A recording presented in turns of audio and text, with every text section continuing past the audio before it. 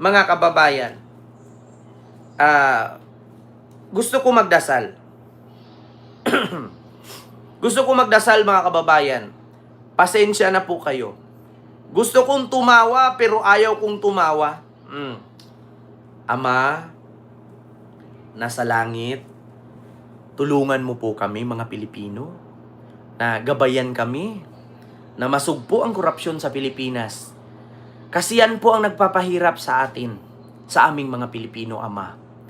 Sana gabayan mo kaming lahat na bigyan mo kami ng kalinawan sa isipan na hindi kami makakagawa ng kamalian. Tama na yung mali na nagawa nila. Tama na yung korupsyon na nagawa nila. Amen. Pero mga kababayan, isa lang ang tanong ko. Naniwala po ba kayo na malinis si Villanueva? Naniwala po ba kayo na si Villanueva ay santo? Wag po kayong tumawa mga kababayan. Naniniwala po ba kayo na si Senator Joel Villanueva malinis ang konsensya at ito'y santo? Bakit? Wag po kayong tumawa ha, mga kababayan. Tapos na tayong nagdasal. Pero ito, meron ako ipapakita sa inyo mga kababayan. Ano pong ibig sabihin nung nandiyan po sa mensahe? Ako kasi naninindigan na talagang inosente si Senator Joel Villanueva. Siya lang ang pinakamalinis sa lahat at siya lang ang pinakamabuting tao sa lahat. Talaga hindi siya sinungaling at santo si Senator Joel Villanueva. Totoo siya, malinis, grabe, busilak si Senator Joel Villanueva. Amen. Lord, God bless. GILS. Lord Joel Santo Villanueva. Naniniwala kami sa iyong malinis ka. Saint Joel Villanueva. Naniniwala kami sa iyo. Ikaw ay isang santo. Joel Villanueva. Sa dinami-dami na problema sa mundo,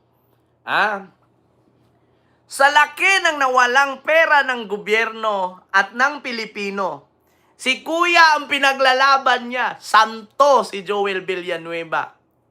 Putang ina. Kung may DDS na bubo, meron palang taga Bulacan na tanga. Ano yan? Patron ng TESDA? Ano yan? Diyos mio Marimar, pakinggan natin Sir, ano pong ibig sabihin nung nandiyan po sa mensahe? Ako kasi naninindigan na talagang inosente si Senator Joel Villanueva. Tapos ito pa mga kababayan, kaya ako natatawa. Bakit? Itong Bilyonaryo News, Bilyonaryo page to na nag-interview dito kay Kuya. Ito pa ang nakapost sa title. Utang ina. Tingnan ninyo mga kababayan kung ano ang pinost sa title. Pakinggan niya, basahin ninyo. Ayan. Saint Joel Villanueva. Pray for us.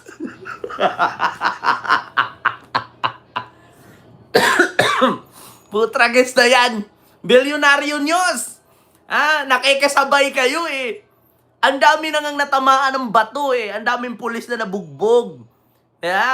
Tapos ang itatitle nyo pa, Saint Joel Villanueva, pray for us. Putragis na yan, Ang galing naman gumawa ng title nitong Bilyonaryo News. Watch with beating sarcasm. Actor Gabby Mercado took the stage at the Baguio Anti-Corruption Rally on Sunday, describing Senator Joel Villanueva as the cleanest, kindest, and most honest saint. Kita ninyo, Bilyonaryo News Channel, Tapos nakalagay pa sa title, Saint Joel Villanueva, free for us. Alam niyo, ang dami ng problema sa Pilipinas, kuya Diba? Naghihirap na nga tayo, mahirap na. Nahihirapan na nga tayo bumili ng pang-ulam araw-araw eh. Kasi kung ako lang, mas inuna ko yung pagkain ng pusa ko eh. Di ba? Pero yung marinig mo na, Siya lang ang pinakamalinis sa lahat. At siya lang ang pinakamabuting tao sa lahat. Talaga hindi siya sinungaling at santo si Senator Joel Villanueva. St. Joel Villanueva, pray for us. St. Joel Villanueva, pray for us. St. Joel Villanueva, tanggalin mo ang korap. St. Joel Villanueva, ipa-stop mo ang baha. St. Joel Villanueva, stop mo ang lindol. Kung hindi kami dumaan sa iyo, hindi kami mapunta sa langit. St. Joel Villanueva, pray for us. Ha? Kita nyo, santong kurap. Isang kurap mo lang, mawawala na yung flood control mo. St. Joel Villanueva, tulungan mo kami. St. Joel Villanueva, gabayan mo kami. Kita ninyo. Totoo siya. Malinis, grabe, busilak si Senator Joel Villanueva. Kita. Sir, ano pong ibig sabihin nung nandiyan po sa mensahe? Ako kasi naninindigan na talagang inosente si Senator Joel Villanueva. Siya lang ang pinakamalinis sa lahat. At siya lang ang pinakamabuting tao sa lahat. Talaga hindi siya sinungaling at santo si Senator Joel Villanueva. Isabaw mo sa kanin ang ihi ni Jewel. Gagaling ka sa sakit. St. Joel Villanueva, pray for us. St. Joel Villanueva, pray for us. Baka magagalit na naman si Senator Joel nito. Title yan na ng Bilyonaryo News. St. Joel Villanueva, pray for us. Di ba? Ito pa, mga kababayan. Kasi malinis daw si Joel. Sige nga. Pakinggan natin yung balita ng bilyonaryo. Why should I learn the language with either of you? We matched you with the best tutor. May bagong bala ang netizens kay Senador Joel Villanueva. Ayan na. Sabi ni Kuya na artista, santo si Joel. Malinis ang konsensya ni Joel. Mabait si Joel. Ito na, bago na naman ito. Spotted daw kasi siya sa litrato ng kanyang umano ay side chick na may kapatid daw na kontratista. Nako. Narito ang agenda report ni Dexter Ganibe ng Abante. Ayan na. Sa mga kababayan ko po sa Bulacan, huwag po tayong magpapadala sa mga nanggugulo at nagpapakalat ng fake news. Tama na. Sawa na po tayo sa paratang na walang pruweba na hanggang ngayon hinahanap pa ang ebidensya. Ayan na naman sa paratang na walang pruweba. Sabi mo noon, hindi mo kilala yung mga kontraktor sa Bulacan. Putang ina, kilala mo, may mga picture ka. Tapos ini-endorso mo pa sa stage. Kita mo na. St. Joel Villanueva, pray for us. Siya laban sa atin. Labanan na lang po natin ito sa tamang forum, sa korte. Ididimanda ko po sila at doon ko din po sila haharapin lahat. Basta na lang po, Sa kabila ng mga pagtanggi ni Senador Joel Villanueva sa mga paratang sa kanya at sa bantang dadalhin niya sa korte ang usapin, hindi pa rin siya tinantanan ng mga netizen o ng mga taong ayon sa senador ay gusto lang sirain ang kanyang karera sa politika. Ngayon, sa personal na buhay naman ni Tess naman nakatutok ang spotlight ng social network na Reddit. Sa Reddit account na Bulacan Anomaly, nakapost ang larawan ng babaeng kinilalang si Angelica Corporal. Pero ang nakakuha ng atensyon ay ang refleksyon niya sa salamin na nasa kanyang likuran. Ay, na kung oo nga. isuzoom, Oo nga, andyan si Joel, katabi nung nagpicture. Ayan na naman, nakita na naman si Joel, tatanggi na naman niya ito. St. Joel Villanueva, pray for us. makikita ang isang lalaking nagsiselfone. Katabi niya sa di kalayuan ng upuan. Ayon sa caption sa post, sa gitna ng gulo sa gobyerno at bahang dinaranas, may isang kababayan sa Bukawi na nakaangat na sa buhay. Salamat sa ating butihing Senador Joel Villanueva. Isang open secret na umano sa nasabing bayan ang relasyon ni Villanueva at Corporal na naging lakambini ng Bulacan. Kinu-question naman ng uploader kung paano na-afford ni Corporal na makapagbukas ng isang high-end spa, Magtandim, hello po. magmay-ari ng condo unit, luxury bag, at mamahaling relo at sasakyan. Nako, nakapagpatayo ng spa, may condo unit, may mamahaling bag, mamahaling relo, at mga sasakyan. Ang tanong, magkano bang kinikita ni Madam? Nasangkot din ng Reddit account ang kapatid ni Corporal na isa umanong kontratista ng pamahalaan gamit Nako. ang kumpanyang Gercor Solar and Construction. Comment pa ng isang Reddit user, nagtataka siya na kagagraduate lang sa kolehiyo ay nagka-business agad ng wellness spa na nasa Visayas Avenue. Nako! Hindi lang ang kontrobersyal na larawan sa kondo na may hawak na aso, nag-share din ang isang Reddit user ng larawang magkasama sina Senator Tess Daman at Corporal sa isang okasyon na ayon sa ilang Nako. comment ay kaarawan ni Corporal. Nako. Hiningan natin ng komento si Senator Joel Villanueva, subalit binura niya ang kanyang tugon. Una na niyang sinabi na Nako mga kababayan.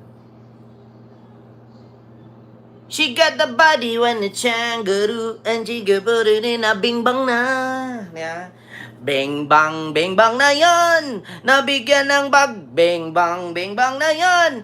Nabilhan ng sasakyan na trilo. Napatayuan ng ispa. Bing bang na yan.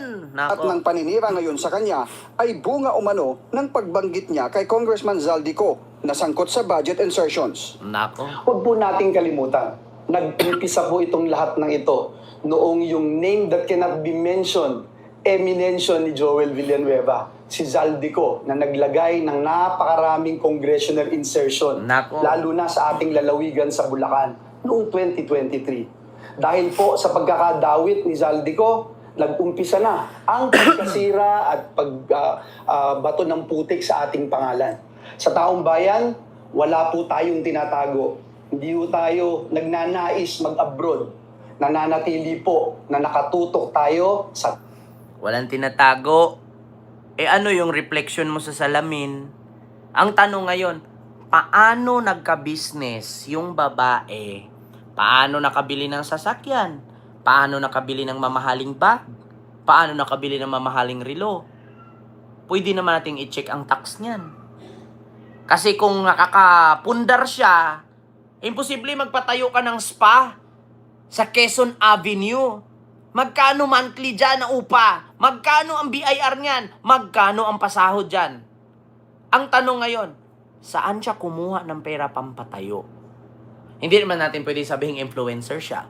Hindi natin pwede sabihin vlogger siya. Sumahod siya ng milyones. Yeah? Hindi natin pwedeng sabihin businesswoman siya. Ikakagraduate nga lang eh. Pwede bang i-lifestyle check na yan? Nako. Or bonga ng bingbangan? Tanong lang po. tunay na trabaho, ang maglingkod ng tapat at may malasakit. Bukod sa pagiging local director for Miss Universe Philippines Bulacan, kilala din si Corporal bilang isang influencer at may mga commercial endorsement din siya sa beauty at lifestyle products and services.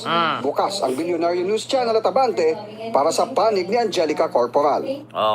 Lifestyle check. Para malaman. Ganun lang naman yan eh. Lifestyle check. Tignan mo yung tax. Kung magkano binayad. Tapos. Di ba? Ganun lang. Nako. Mauungkat talaga yan. Di ba? Departamentong Perang Winaldas na mga hudas. DPWH.